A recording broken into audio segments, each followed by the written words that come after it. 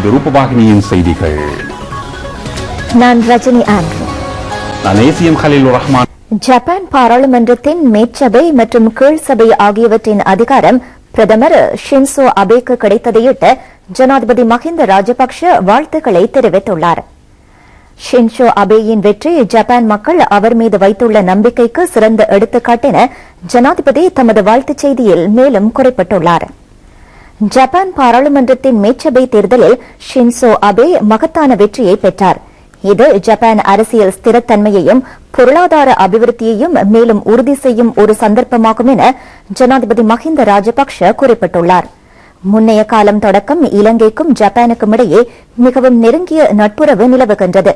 Shinzo அபேயின் தலைமையின் கீழ் இரண்டு நாடுகளுக்கும் இடையேயான உறவுகள் மேலும் பலமடையும் என ஜனாதிபதி மஹிந்த ராஜபக்ஷ நம்பிக்கை தெரிவித்துள்ளார். ஜனாதிபதி மஹிந்த ராஜபக்ஷ கடந்த மார்ச் மாதத்தில் ஜப்பானுக்கான உத்தியோகபூர்வ விஜயம் ஒன்றையும் மேற்கொண்டிருந்தார். இதன் பிரதிபலனாக அடிப்படை வசதிகளை அபிவிருத்தி செய்தல், அனர்த்தங்களை தடுத்தல் உள்ளிட்ட பல்வேறு துறைகளுக்கு 4380 கோடி யென் நிதியுதவி இலங்கைக்கு கிடைத்தது. ஜப்பான் பிரதி பிரதமர் தாரோ அசோ கடந்த மே மாதம் இலங்கைக்கு விஜயம் ஒன்றை மேற்கொண்டிருந்தார்.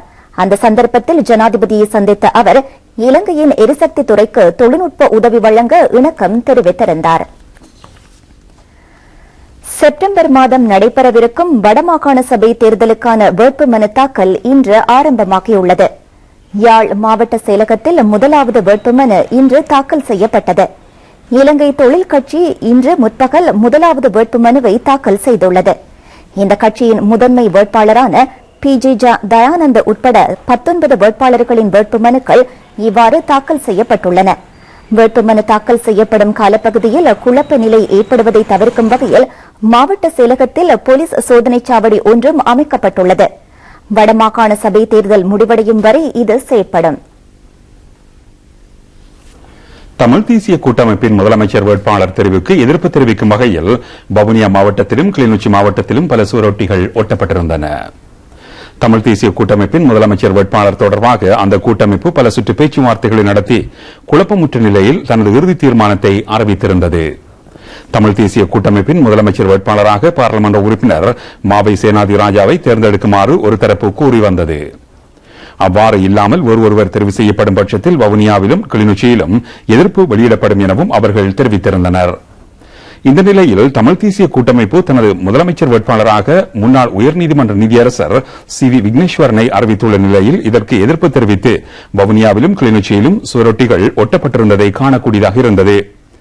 இதில் தமிழ் தேசிய கூட்டமைப்பின் முதலமைச்சர் வேட்பாளர் தெரிவு பிழை என சுட்டிக்காட்டப்பட்டிருந்தது. வவுனியாவில் ஒட்டப்பட்டிருந்த சுவரொட்டிகளில் இலங்கை தமிழரசுக் கட்சியின் வவுனியா மாவட்டம் என்ற வாசகமும் காணப்பட்டது.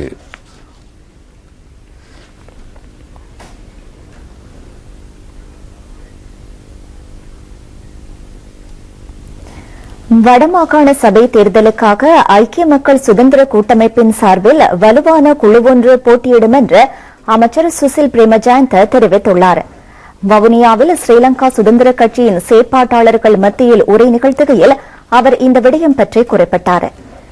வடமாகாண சபையில் ஐக்கிய மக்கள் சுதந்திர கூட்டமைப்பின் வெற்றிக்காக அதிக எண்ணிக்கையான சிங்கள, தமிழ் மற்றும் முஸ்லிம் மக்கள் ஒன்று திரண்டுள்ளனர். ஐக்கிய மக்கள் சுதந்திர கூட்டமைப்பின் சார்பில் போட்டியிடுவதற்காக பெரும் எண்ணிக்கையானோர் முன்வந்திருப்பதாகவும் அமைச்சர் தெரிவித்தார். கட்சித் தலைவர்களுடன் பேச்சுவார்த்தை நடத்தி அவர்களுள் வலுமிக்க குழு ஒன்று தெரிவு செய்யப்பட்ட வடமாகாண சபை தேர்தலுக்காக நிறுத்தப்படும் என்றும் ஐக்கிய மக்கள் சுதந்திர கூட்டமைப்பின் பொதுச் செயலாளர் தெரிவித்தார்.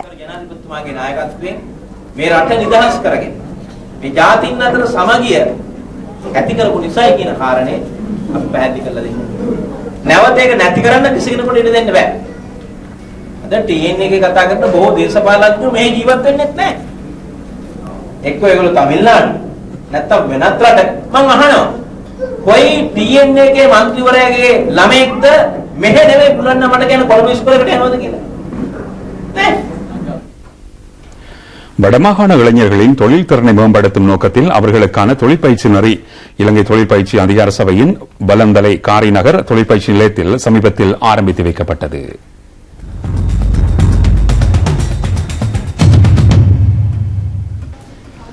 வடமாகாண ஆளுநர் ஜி சந்திரசிறி இந்த பயிற்சி நெறியை நேற்று ஆரம்பித்து வைத்தார். யாழ் மாவட்டத்தைச் சேர்ந்த 149 இளைஞர்கள் உட்பட வடமாகாணத்தில் 1300 இளைஞர்கள் இந்த பயிற்சியை பெறவிருக்கின்றனர். தகவல் தொழில்நுட்பம், கணனி மற்றும் முச்சக்கர வண்டி திருத்தல், மேசன் வேலை, தச்சு வேலை, மின் இணைப்பு போன்ற தொழிற்பயிற்சிகள் இங்கு வழங்கப்படவிருக்கின்றன. வடமாகாண ஆளுநரின் செயலாளர் இளங்கோவன், பிரதம செயலாளர் விஜயலட்சுமி ரமேஷ் உட்பட பலர் அங்கு சமூகம் அளித்திருந்தனர்.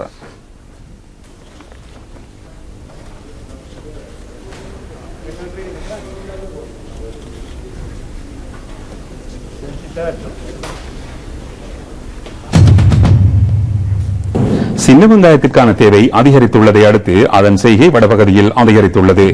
யாழ் மாவட்டத்தில் 2012 மற்றும் 2013 ஆண்டுக்கு இடைப்பட்ட காலப்பகுதியில் 32,552 மெட்ரிக் டன் சின்ன வெங்காயம் உற்பத்தி செய்யப்பட்டது. அதேவேளை இதற்கு முந்தைய வருடத்தின் உற்பத்தி 28,784 தொன்களாகும். சீரற்ற காலநிலை காரணமாக இந்த வருட செய்கை ஓரளவு பாதிப்படைந்துள்ளமை குறிப்பிடத்தக்கது.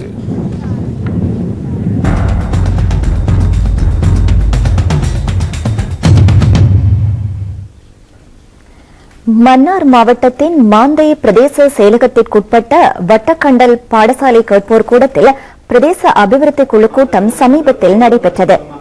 வன்னி மாவட்ட அபிவிருத்தி குழு தலைவரும் அமைச்சருமான ரிஷாத் பதியுதீன் அங்கு உரை நிகழ்த்துகையில் 3 வருடத்திற்கு முன்னர் இந்த பிரதேசம் இருந்த நிலை பற்றி விவரித்து கூறியதோடு தற்போது இடம்பெறும் அபிவிருத்தி நடவடிக்கைகள் குறித்து மக்கள் நன்றியுடன் செயற்பட வேண்டும் என்று கேட்டுக் கொண்டார். இந்த நிகழ்வின் போது மடு வலய பிரதி கல்வி பணிப்பாளர் விஸ்வா, மாந்தை அபிவிருத்தி குழு தலைவர் செல்லத்தம்பு உட்பட பலர் கலந்து கொண்டார்கள்.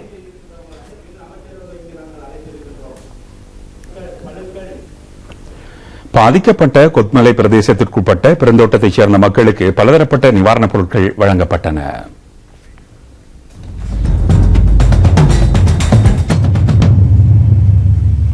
அமைச்சர் ஆர்வம் தொண்டமான் தலைமையில் இடம்பெற்ற இந்த நிகழ்வில் 50 பேருக்கு தலா 10 கூரை தகடுகளும், பதிவு செய்யப்பட்ட 30 முச்சக்கர வண்டி தரிப்பிடங்களுக்கு ஒவ்வொன்றும் 25 பிளாஸ்டிக் நாற்காலிகளும் வழங்கப்பட்டன.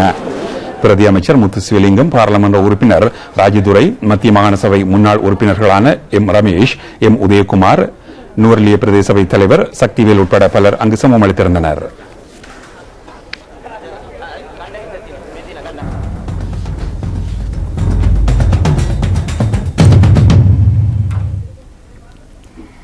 இலங்கையில் புதிய நுளம்பு வகை கண்டுபிடிக்கப்பட்டுள்ளது. டொபோமியா என அடையாளப்படுத்தப்படும் இந்த நுளம்பு குடம்பி டெங்கு நுளம்பு குடம்பிகளை அதிகமாக உட்கொள்வதாக தெரிய வந்துள்ளது. இந்த புதிய நுளம்பு வகை 104 வருடங்களின் பின்னரே இலங்கையிலிருந்து கண்டுபிடிக்கப்பட்டுள்ளது. இலங்கையில் காணப்படும் 16 நுளம்பு வகைகளுள் 140 பிரிவுகள் இனங்காணப்பட்டுள்ளன. இந்த புதிய நுளம்பு வகையானது டெங்கு நுளம்பிற்கு சமமான ஒன்றாகும். டொபோமியா நுளம்பு மனித ரத்தத்தை குடிப்பதில்லை என பரிசோதனைகள் மூலம் தெரிய வந்துள்ளது. இந்த டொபோமியா நுளம்பின் மூலம் மனித உயிருக்கு ஆபத்து உள்ளதா என்பது குறித்து பரிசோதனைகள் இடம்பெறுவதாக வைத்திய பரிசோதனை நிலையத்தின் பணிப்பாளர் டாக்டர் அனில் சமரநாயக்க தெரிவித்தார். ஜனாதிபதி மஹிந்த ராஜபக்ஷ கடந்த 22ஆம் தேதி சீனாவின் வடமேல் பிரதேசமான கன்சு மாநிலத்தில் இடம்பெற்ற நிலநடுக்கம் தொடர்பில் சீன ஜனாதிபதி ஷி ஜின்பிங்கிற்கு ஆழ்ந்த கவலையை தெரிவித்துள்ளார். இலங்கை அரசாங்கத்தின் சார்பிலும் இலங்கை மக்களின் சார்பிலும் இந்த அனர்த்தத்தினால் உயிரிழந்த குடும்பங்களுக்கு ஆழ்ந்த கவலையை தெரிவித்துக் கொள்கின்றோம் என்று ஜனாதிபதி தமது செய்தியில் குறிப்பிட்டுள்ளார். சீன ஜனாதிபதியின் தலைமைத்துவத்தின் கீழ் சீன மக்கள் இந்த இயற்கை அனர்த்தத்திற்கு பின்னரும் இலகுவாக மீள் எழுச்சி பெறுவார்கள் என்பதில் தமக்கு நம்பிக்கை உண்டு என்றும் ஜனாதிபதி தமது செய்தியில் குறிப்பிட்டுள்ளார். 2013ஆம் ஆண்டுக்கான மத்திய, வடக்கு மற்றும் வடமேல் மாகாண சபை தேர்தல்களுக்காக அரசியல் கட்சிகள் 2 வேட்புமனுக்களை தாக்கல் செய்துள்ளன. 8 சுயேட்சை குழுக்களும் கட்டுப்பணம் செலுத்தியுள்ளதாக தேர்தல்கள் ஆணையாளர் மஹிந்த தேசப்பிரிய தெரிவித்துள்ளார். வேட்புமனு தாக்கல் இன்று காலை 8:30 முதல் மாவட்ட செயலகங்களில் ஆரம்பமாகியது. யாழ் மாவட்டத்திற்காக இலங்கை தொழிலாளர் கட்சி வேட்புமனுவை தாக்கல் செய்தது. ஜனசத பெரமுன, கிளிநொச்சி, மன்னார், வவுனியா ஆகிய மாவட்டங்களுக்காக வேட்புமனுக்களை தாக்கல் செய்ததாக தேர்தல்கள் செயலகம் தெரிவிக்கின்றது. கண்டி, நுவர்லியா, புத்தளம் ஆகிய மாவட்டங்களுக்காக 2 சுயேட்சை குழுக்கள் என்ற விதத்திலும், யாழ்ப்பாணம், குருநாகல் ஆகிய மாவட்டங்களுக்கான ஒரு சுயேட்சை குழு என்ற விதத்திலும் வேட்புமனுக்கள் தாக்கல் செய்யப்பட்டுள்ளன. எதிர்வரும் 31ஆம் தேதி நண்பகல் 12 மணி வரை கட்டுப்பணம் பெற்றுக் கொள்ளப்படும். வேட்புமனுக்கள் ஆகஸ்ட் 1ஆம் தேதி நண்பகல் 12 மணி வரை தாக்கல் செய்யலாம். நேர காலத்துடன் கட்டுப்பணத்தை செலுத்தவும் வேட்புமனுக்களை தாக்கல் செய்யவும் செயற்படுமாறு அனைத்து தரப்பினரிடமும் தேர்தல் ஆணையாளர் கோரிக்கை விடுத்துள்ளார்.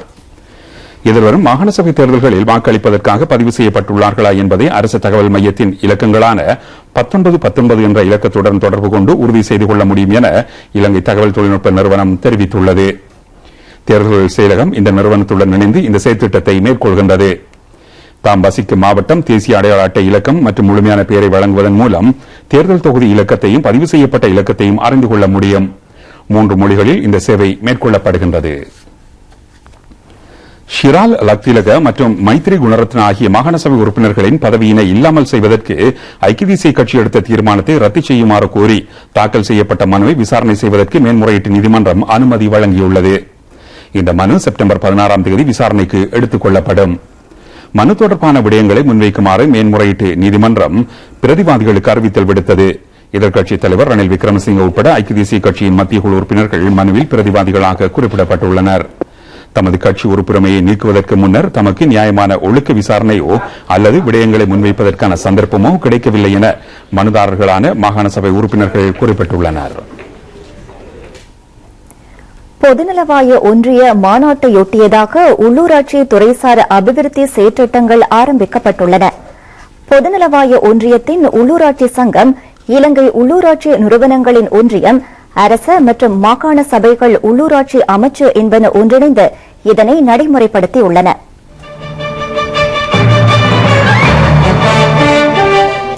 செயற்றிட்டத்தின் ஆயத்தம் தொடர்பாக தெரிவிக்கும் ஊடகவியலாளர் மாநாடு கொழும்பில் இன்று இடம்பெற்றது.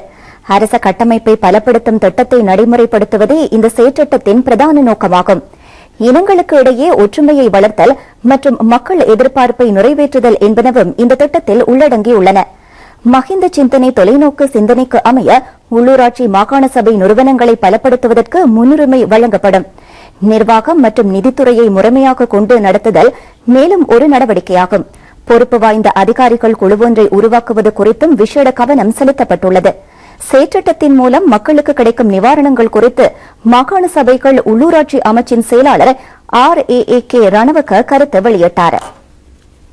පාවිච්චි කරන්නේ පළාත් පාලන ආයතනවල මහනගර සභා, නගර සභා සහ ප්‍රාදේශීය සභාවල සේවය ලබා දීමේ කටයුතු වඩාත් පහසු කිරීමට, ඒ කියන්නේ ජනතාවට පහසුවෙන් ලේසියෙන් මේ සේවාවන් එකතැනකින් ලබා ගන්න ආකාරයට ස්ථාන ඇති කිරීම තමයි මේකෙන් බලාපොරොත්තු වෙන්නේ.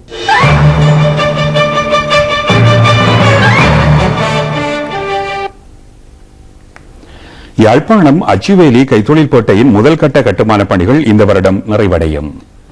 இது வடக்கின் வசந்தம் திட்டத்தின் கீழ் நடைமுறைப்படுத்தப்படும் ஓர் செயற்திட்டமாகும். இந்த செயற்திட்டத்தின் முதல் கட்டமாக 22 ஏக்கரில் கட்டுமானங்கள் இந்த ஆண்டு நிறைவடையும். இதற்கு இந்திய அரசாங்கம் நிதியுதவி வழங்குகின்றது. 7 கட்டங்களை கொண்ட முழுமையான செயற்திட்டத்திற்கு 65 ஏக்கர் நிலப்பகுதி ஒதுக்கப்பட்டுள்ளது. முதல் கட்டத்திற்கு 18 கோடி ரூபாய் நிதி செலவிடப்படும். 4 நிறுவனங்களிடமிருந்து கட்டுமானத்திற்கான பங்களிப்பு பெற்றுக் கொள்ளப்படும். வடக்கு கைத்தொழில்பேட்டையில் முதலீட்டுக்காக 50 நிறுவனங்களிடமிருந்து விண்ணப்பங்கள் கிடைத்துள்ளதாக இலங்கை முதலீட்டு சபை தெரிவித்துள்ளது. உணவு உற்பத்தி, ரப்பர், பிளாஸ்டிக், அலுமினியம், தையல், ஐஸ் உற்பத்தி, மரவேலை போன்ற தொழில்களுக்கு முதலீட்டு சந்தர்ப்பங்கள் கிடைத்துள்ளன.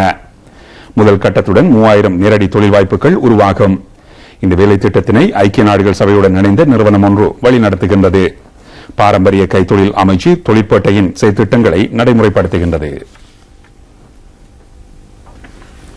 ஜனாதிபதியின் பணிப்புரைக்கமைய அமைச்சர்கள் சுசில் பிரேமஜாந்த மற்றும் திஸ்ஸ கரளியத ஆகியோர் மன்னாருக்கான விஜயம் ஒன்றை சமீபத்தில் மேற்கொண்டிருந்தனர்.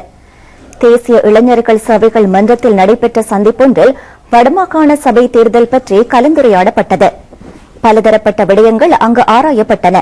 இதனை அடுத்து மன்னார் ஆயர் வணக்கத்திற்குரிய ராயப்பு ஜோசப் ஆண்டகையை சந்தித்து அவர்கள் உரையாடியுள்ளனர்.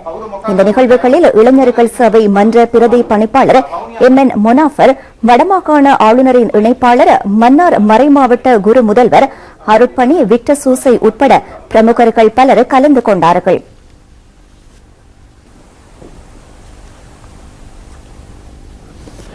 ஆலையடிவேம்பு பிரதேச விவசாயிகளின் நன்மை கருதி பலதரப்பட்ட விவசாய உபகரணங்கள் சமீபத்தில் வழங்கி வைக்கப்பட்டன. பிரதேச செயலாளர் P. ஜெகதீசன் தலைமையில் பல்தேவை கட்டடத்தில் நடைபெற்ற இந்த நிகழ்வில் பாராளுமன்ற உறுப்பினர் PHPS என பிரதம அதிதியாக கலந்து கொண்டார். தேர்ந்தெடுக்கப்பட்ட விவசாயிகளுக்கு கிருமிநாசினி தெளிகருவிகள் உட்பட விவசாய உபகரணங்கள் வழங்கி வைக்கப்பட்டன. அத்துடன் சிவில் பாதுகாப்பு குழுக்களுக்கான அடையாள அட்டைகளும் பிரதேச மக்களுக்கு வழங்கப்பட்டன. அக்கரைப்பற்று போலீஸ் நிலைய பொறுப்பதிகாரி யுஎல் ஹாஜா மொஹிதீன் உட்பட பலர் இதில் கலந்து கொண்டனர்.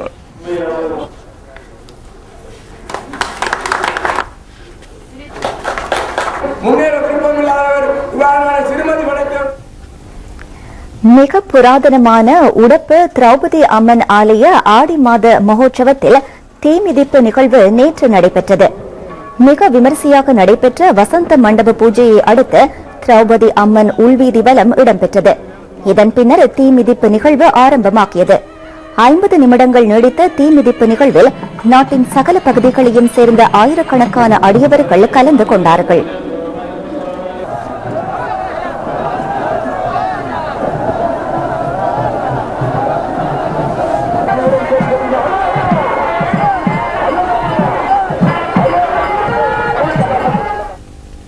இனி இஃப்தார் விசேட தொகுப்பு.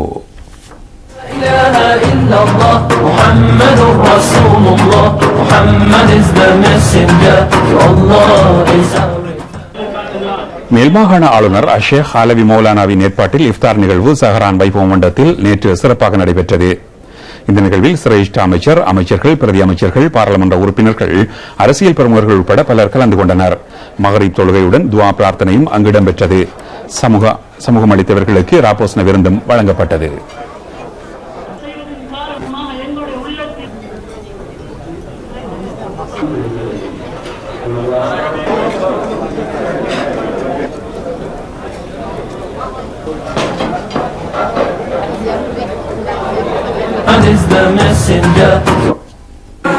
கிழக்கு மாகாண வீதி அபிவிருத்தி அமைச்சின் ஏற்பாட்டில் கிழக்கு மாகாண அமைச்சர் தலைமையில் இஃப்தார் நிகழ்வு இடம்பெற்றது. திருகோணமலை இந்து கலாசார மண்டபத்தில் இடம்பெற்ற இந்த நிகழ்வில் மாகாண ஆளுநர், கிழக்கு மாகாண முதலமைச்சர், அமைச்சர்கள், மாகாண அமைச்சர்கள், உயர் அதிகாரிகள் உட்பட பலர் கலந்து கொண்டனர். விசேட துவா பிரார்த்தனையுடன் நோன்பு துறந்ததை அடுத்து மகரிப் தொழுகையும் அங்கு இடம்பெற்றது. மும்மத தலைவர்களும் மூவின அதிகாரிகளும் அங்கு சமூகம் அளித்திருந்தனர்.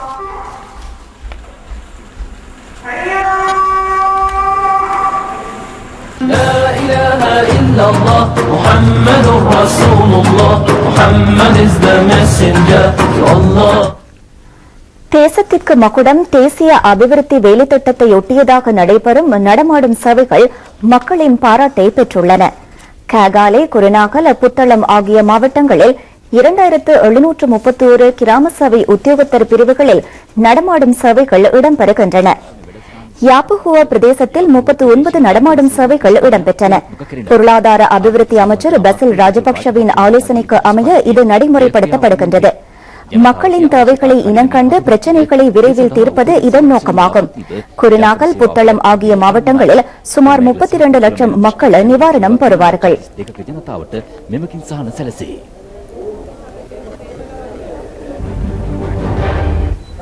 வரக்காபல பிரதேசத்தில் 14வது நடமாடும் சேவை சப்ரகமுவ மாகாண முதலமைச்சர் மஹிபால ஹேரத்தின் பங்கேற்புடன் வேவால்தெனிய பனிஹெல பிரதேசத்தில் இடம்பெற்றது. கண் பரிசோதனை இங்கு மேற்கொள்ளப்பட்டதுடன் சுமார் 200 பேருக்கு இலவச மூக்கு கண்ணாடிகள் வழங்கப்பட்டன.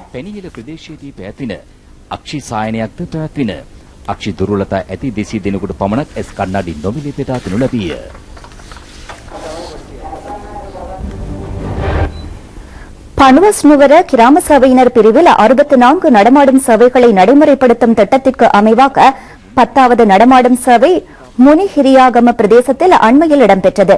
பிரதி அமைச்சர் இந்திக்க பண்டாரநாயக்க உட்பட பலர் இதில் கலந்து கொண்டார்கள். இனி விளையாட்டுச் செய்தி ஒன்று.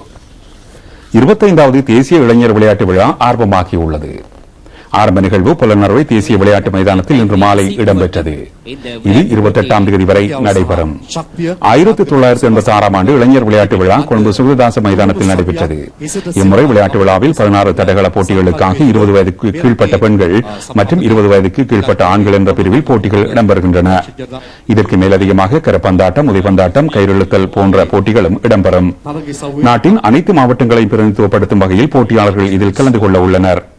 இதன் ஆரம்ப நிகழ்வில் அமைச்சர்களான பந்துல குணவர்தன, டலஸ் அழகப்பெரும ஆகியோர் கலந்து கொண்டனர். தேசிய இளைஞர் சேவைகள் மன்றத்தின் தலைவரும் பணிப்பாளர் நாயகமுமான லலித் பியூம் பெரேரா உள்ளிட்ட பலர் இதில் கலந்து கொண்டனர். Ratnapura district MGES Gunatilaka, reasonably good start for the outside lane. Abhay Vikrama from Kandy, the rest of the field catching up, including well. Lane 8 coming off very well. Excellent run on lane 8. And that was the girl from Kendi, PDYN